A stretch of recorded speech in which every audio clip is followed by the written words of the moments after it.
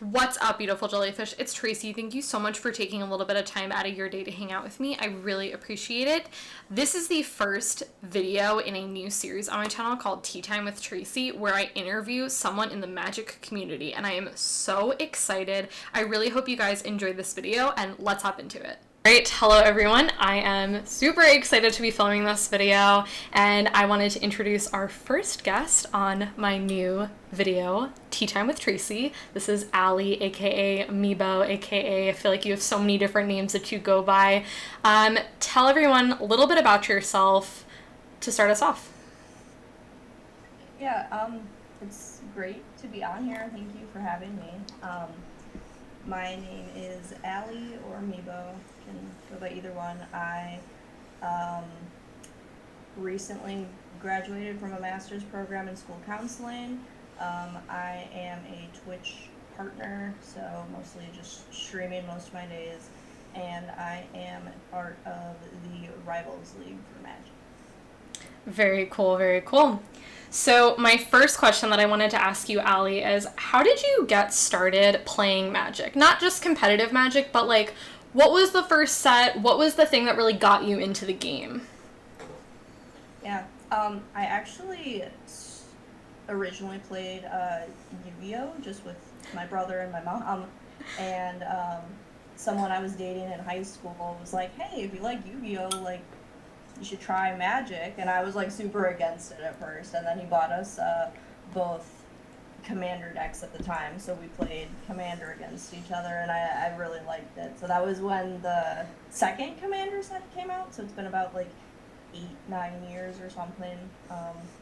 And then competitive wise, my friend Emily, you might know her on Twitter as Visa, she started doing the competitive thing and then brought me to, I think it was GP Richmond in 2016, and then kind of just from there I got really into the competitive scene. Very cool. I think a lot of people start out with one game. I've heard a lot with like Yu-Gi-Oh! Or like Hearthstone, for example, and then they transfer those skills to Magic. So I feel like a lot of people do that as well.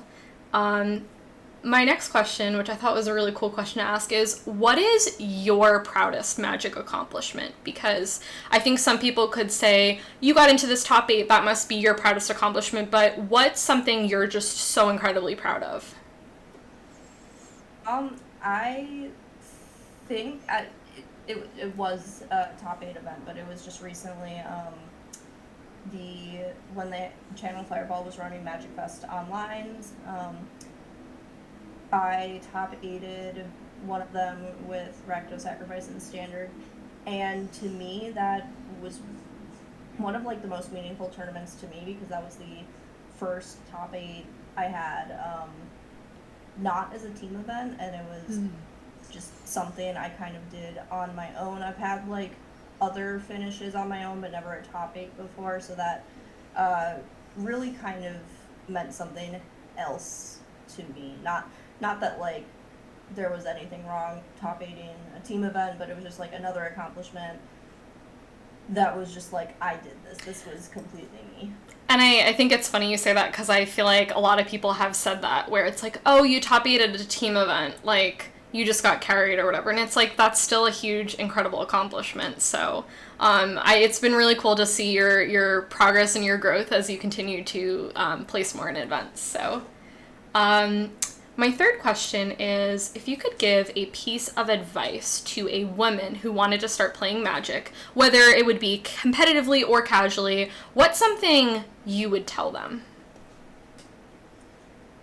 I would probably be a little honest that it's not super fantastic or where we want to be in the game yet for women. I think there's still a bunch of people that underestimate women or don't necessarily like treat us well. So I think the biggest advice in terms of that is just to like meet other women and build like, not even like a support group, but just like having women friends in this game has been super helpful to me, and it's definitely just kind of pushed me to where I've been, and just had comfortable situations and environments for me as well.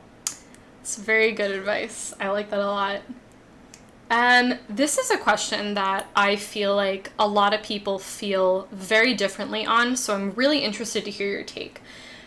Someone's showing up to an event with a deck and they're like, do I play the best deck in the format or do I play something I know? In your opinion, what do you think is the best to do? Does it depend on format? What would you tell someone if they asked you that question? I think it's heavily a mix of both. I'm more inclined to play whatever the best deck is. If there's a clear best deck, like if we're taking like the PT finals last week as an example, just like you kind of had to play Tamer deck, and that was kind of just what you had to do. But I think when the field is a little bit more open, I'm thinking of like the standard before Ikoria release, where it was like you could play Jeskai Fires, you could play Rakdos Sacrifice, you could play Bant, and like at some point Bant ended up being the best deck, but I think at that point when there's a couple of different decks, you should probably lean towards what you're most comfortable with, because you're going to get just like extra percentages or not make any misplays with something you're really comfortable with than maybe necessarily playing the best deck and making a bunch of mistakes that like maybe you get a couple games just by playing the best deck, but I think it ends up hurting you more if you keep making a bunch of mistakes instead of playing the deck that you're like really good at. I think that was very well spoken, and I think there's a lot of people who don't know that, you know what I mean? So I think it's important that you spoke on that topic. Kind of a fun question. Do you have any sort of rituals, anything you do right before an event, any song you listen to or anything that gets you kind of like hyped up? Yeah, actually with there wasn't anything I really did before paper events, but I think just recently, because everything's been online, I've been listening to I can't pronounce the name of the song, Monotony by the Fat Rat, and it's just been my like hype song that now at the beginning of every like, not even before the event, but just before every match, I'll like play that song and get really like hyped up, and I don't know, it got me it carried me into a top 8 of a PT, and it carried me into day 2 of PT finals, so maybe it's okay. I love that. I love that. You're someone who, sorry if you can hear my cats in the background, they just hate doors. You play a lot of different formats. If you could pick a format that you could say is your favorite, do you feel like you have a favorite, or do you feel like it kind of changes depending on what the meta looks like? I think it changes. I think in like a broad definition, I really like the idea of standard as a format. Obviously, standard changes all the time, so like sometimes there's specifically bad standard formats that I don't enjoy. But the concept of standard in general, I really enjoy because it changes up. It's different all the time. I get really bored really easily, so just kind of having that change, and it's always like varied. It's a small card pool too, so you kind of get to play with a little bit weaker cards, maybe not in this set, but like Ixalan standard, I really liked that. I think overall right now though, I'm really loving historic. I could play just hours and hours of historic. I don't even know what it is. It maybe it's because it has this like own unique identity that a lot of other formats just like are, hey, this format is from like this time period to this time period, and historic is just kind of like a free-for-all of like, here's this like time period that's on arena, but we're also going to give you historic anthologies and now jumpstart, and it's just kind of like wacky and wild, and I love it. I think what you said about standard changing is a reason I'm personally, standard's not my cup of tea, and I think for someone like you that totally makes sense if you like to change things up. My last question is, what is your ultimate goal in Magic? What's that point where you're going to hit and you're going to be like, I've done it. It's actually kind of weird because I only started playing competitive Magic about 2 years ago, so I never expected to even accomplish what I've accomplished already. I honestly didn't think I would ever accomplish a lot of stuff. Like, I never thought I would make a PT, even though like Rivals wasn't a thing. Like, that was just like way out there So it's kind of hard thinking of like where I want to go now because I've already achieved things I thought I never could. So I think, I mean, like, it'd be really awesome to make the MPL. It would be really awesome to,